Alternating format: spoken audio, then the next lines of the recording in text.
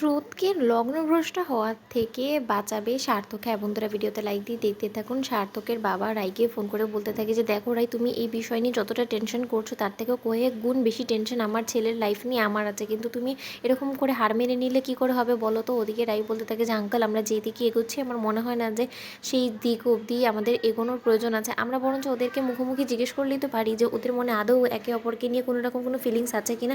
শুধু শুধু আমরা ভেবে ফেলছি বেশি, যদি এরকম হয়ে যায়। কথা বলা মাত্র সার্থকের বাবা বলতে থাকে যে না, তুমি এসব নিয়ে একদম ভেবো না, ও আমি দেখে নেব। এই কথা বলা মাত্র রাই বলতে থাকে যে পরে যদি বিয়ের আসরে গিয়ে আমার বোনকে লগ্নভ্রষ্ট হতে হয় তখন এই রিস্কটা কে নেবে বলুন। এই কথা বলা মাত্র সার্থকের বাবা বলতে থাকে যে যদি তোমার বোনকে লগ্নভ্রষ্ট হতে হয় তাহলে সে তার হাত থেকেও সার্থকেই বাঁচাবে, তুমি দেখিয়ে নিও। আর সেই অবধি আমাদের কথা এগোবেই না, তুমি দেখিয়ে নিও রাই। ওদিকে রাইয়ের বৌমনি বলতে থাকে যে রাই, আমার কিন্তু এবার বড্ড বেশি ভয় লাগা শুরু হয়ে গেছে। যেভাবে সার্থক এরকম করে চুপ করে বসে আছে, ও দেখছে যে ওর ভালোবাসার মানুষটার বিয়ে হতে চলেছে, তার সত্ত্বেও কোনো কিছুই বলছে না এখনও পর্যন্ত। যদি ও কোনো কিছু না বলে তাহলে তো আমাদেরকে বিয়ে অবধি এগোতে হবে।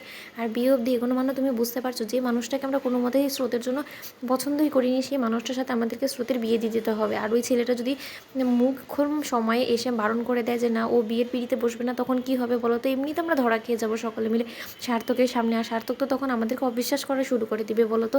কথা বলা মাত্র রাই বলতে থাকে যে বৌমনি, সেটা নিয়ে একবার ভাবছি, কিন্তু জানো তো কেন জানি না আমার মনে হয় যে ওদের দুজনের মনেই একে অপরকে নিয়ে যথেষ্ট পরিমাণে ফিলিংস আছে, কিন্তু ওরা শক্ত ধাতুর দিয়ে তৈরি জানো তো, এর জন্য এত তাড়াতাড়ি ভাঙছে না। কিন্তু সেটা যে করেই হোক না কেন ওদের গোমর আমাদেরকে ভাঙতেই হবে।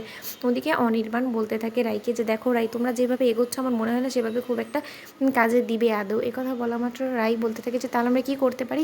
অনির্বাণ বলতে থাকে যে শোনো, হিরো হিরোইনকে মেলানোর জন্য না আমাদেরকে আগে ভিলেন তৈরি করতে হবে, আর ভিলেনটা হতে হবে আগে সৌভিককে। আর সৌভিককে তুমি আজকেই ফোন করে বলো যে ও যাতে ইচ্ছাকৃতভাবে সার্থকের সামনে দিয়ে স্রোতকে নিয়ে কোনো এক রেস্টুরেন্টে গিয়ে বসে, তাহলে হয়তো বা যদি সার্থকের সেটা দিয়ে দেখা মাত্র গায়ে জ্বালা ধরে যায় তাহলে আমরা পরিষ্কার বুঝতে পারবো যে সার্থকের মনে সত্যকার অর্থে স্রোতের জন্য কোনো ফিলিংস আছে।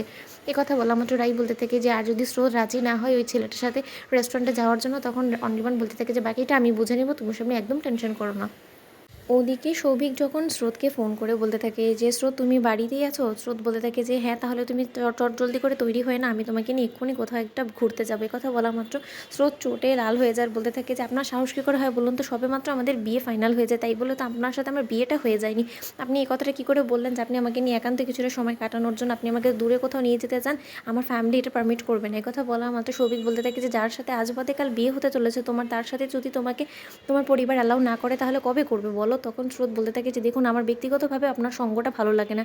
সৌভিক বলতে থাকে যে ভালো না লাগার কারণ তো এটাই যে আমরা একে অপরের সাথে সময় কাটাই না, তাই তো। বন্ধুরা, ভিডিওটি ভালো লাগলে লাইক কমেন্ট শেয়ার করে সাবস্ক্রাইব করতে ভুলবেন না।